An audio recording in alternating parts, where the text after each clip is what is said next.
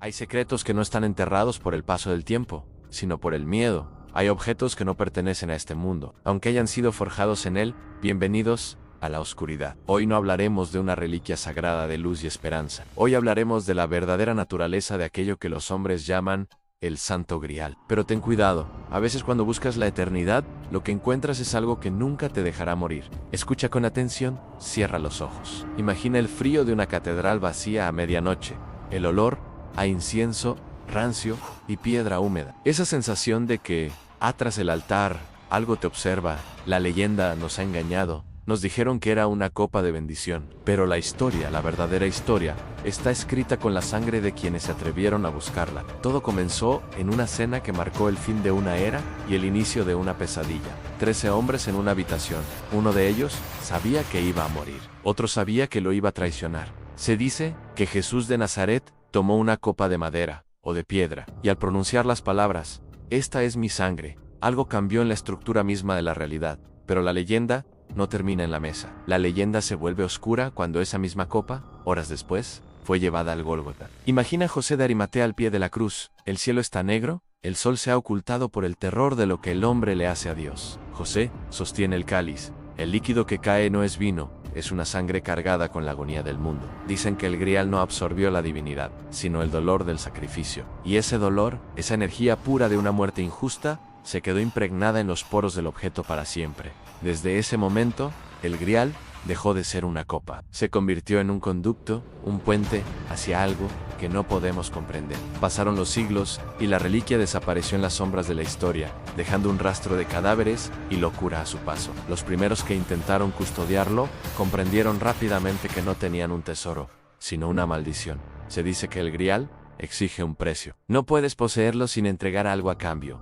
tu cordura, tu paz o tu propia alma. En la Edad Media, los caballeros templarios se obsesionaron con él. Se convirtieron en guerreros de una orden secreta, no para proteger a los peregrinos, sino para ocultar lo que habían encontrado bajo las ruinas del templo de Salomón. ¿Qué vieron allí abajo, en la oscuridad absoluta? Los cronistas de la época susurraban que los templarios no adoraban a Dios, sino a algo que el Grial les permitía ver.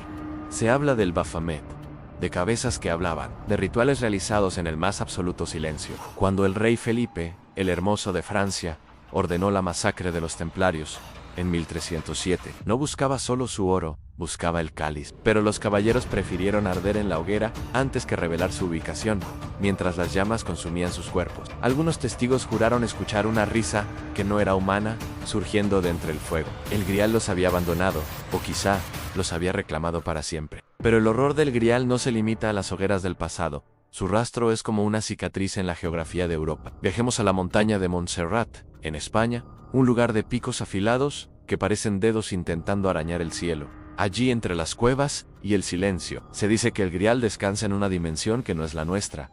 En el año 1940, Heinrich Himmler, el arquitecto del terror nazi, viajó personalmente a este monasterio. Himmler no creía en la religión del amor, creía en el poder de la sangre. El nazismo estaba obsesionado con el ocultismo.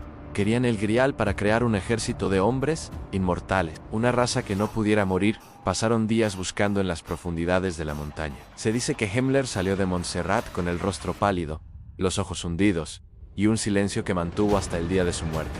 ¿Qué encontró en las cuevas? Algunos dicen que vio el Grial, pero que el objeto le mostró el futuro de su imperio. Cenizas, esqueletos y un olvido eterno. El Grial no concede poder a los que tienen manos manchadas de sangre inocente. El Grial simplemente se alimenta de su ambición hasta dejarlos vacíos. Escucha el viento fuera de tu casa.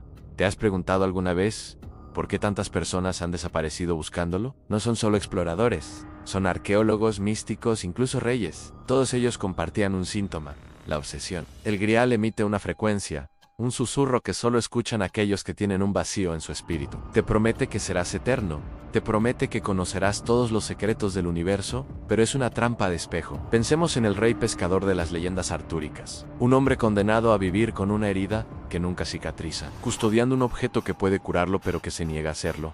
Esa es la verdadera naturaleza del Grial. ¿Es la agonía de estar cerca de la salvación? pero no poder tocarla nunca. En los antiguos textos galeses, el grial no es una copa, es un caldero que resucita a los muertos. Pero los que regresan de ese caldero no son los mismos. Vuelven sin alma, sin habla, con los ojos fijos en un horizonte de sombras. Son cáscaras vacías que caminan entre nosotros. ¿Dónde está ahora? Algunos dicen que está en la Catedral de Valencia, protegido por cristales y seguridad. Otros dicen que descansa en una capilla olvidada en Escocia, en Roslin, donde las piedras lloran cuando alguien se acerca demasiado. Pero hay una teoría más aterradora, una que dice que el grial no es un objeto físico. ¿Y si el grial es un linaje? ¿Y si la copa es solo una metáfora de algo que corre por las venas de ciertas personas? Imagina que existe una estirpe de seres que portan esa energía antigua, personas que caminan entre nosotros, ocultas a plena vista, esperando el momento en que la sangre deba ser reclamada. El suspenso radica en no saber si tú, que escuchas esto, podrías ser parte de esa historia sin saberlo. ¿Sientes a veces un frío inexplicable?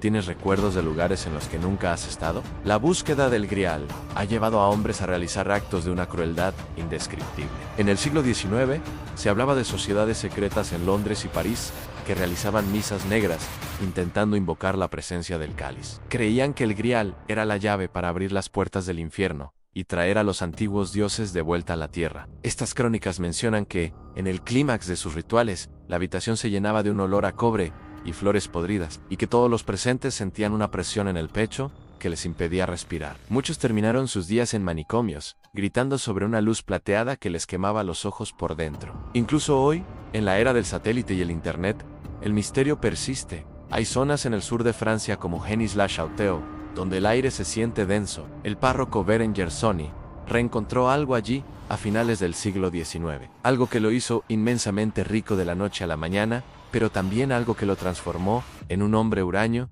y aterrorizado. Rediseñó su iglesia con estatuas de demonios y frases que dicen: ¿este lugar es terrible? ¿Encontró el grial? ¿O encontró la prueba de que el grial es algo que el ser humano no debería poseer? ¿Piensa en el agua que bebes? ¿Piensa en cómo el líquido sostiene la vida? ¿El grial es el recipiente definitivo?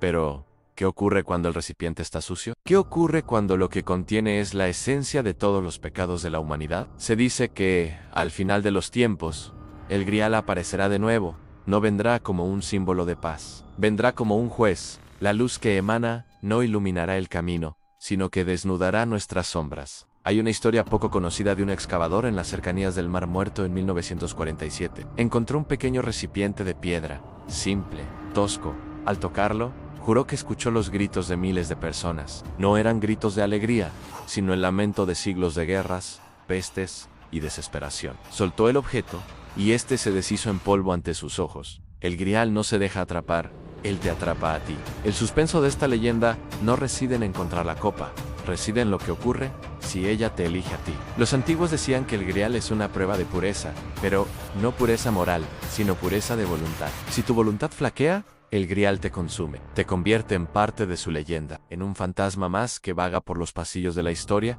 buscando un descanso que nunca llegará. ¿Escuchas eso? Es el silencio que queda después de pronunciar su nombre, el Santo Grial. Una palabra que ha causado más muertes que cualquier guerra por territorio, porque el hombre no pelea por lo que necesita, pelea por lo que le obsesiona. Y no hay obsesión más grande que la inmortalidad. Pero recuerda, la inmortalidad es solo otra forma de decir que nunca podrás salir de este mundo, que estarás aquí cuando el sol se apague, cuando las ciudades sean polvo y cuando no quede nadie para recordar tu nombre, solo tú y la copa que bebiste. No busques el grial, no preguntes en los foros oscuros de la red, no viajes a las ruinas olvidadas, deja que la leyenda siga siendo eso, una sombra en la pared, porque hay puertas que, una vez abiertas, no pueden cerrarse, y hay copas que, una vez probadas, te dejan con una sed que ninguna agua de este mundo podrá calmar jamás. Quédate en la luz, olvida lo que has oído, o mejor dicho, intenta olvidarlo, porque ahora que conoces la verdadera historia, el grial ya sabe que estás pensando en él, y el grial siempre responde a la llamada. Duerme bien, si es que puedes, pero si esta noche escuchas el goteo de un líquido en la oscuridad de tu habitación, no enciendas la luz. Podrías ver lo que hay dentro de la copa, y esa visión es lo último que tus ojos soportarán.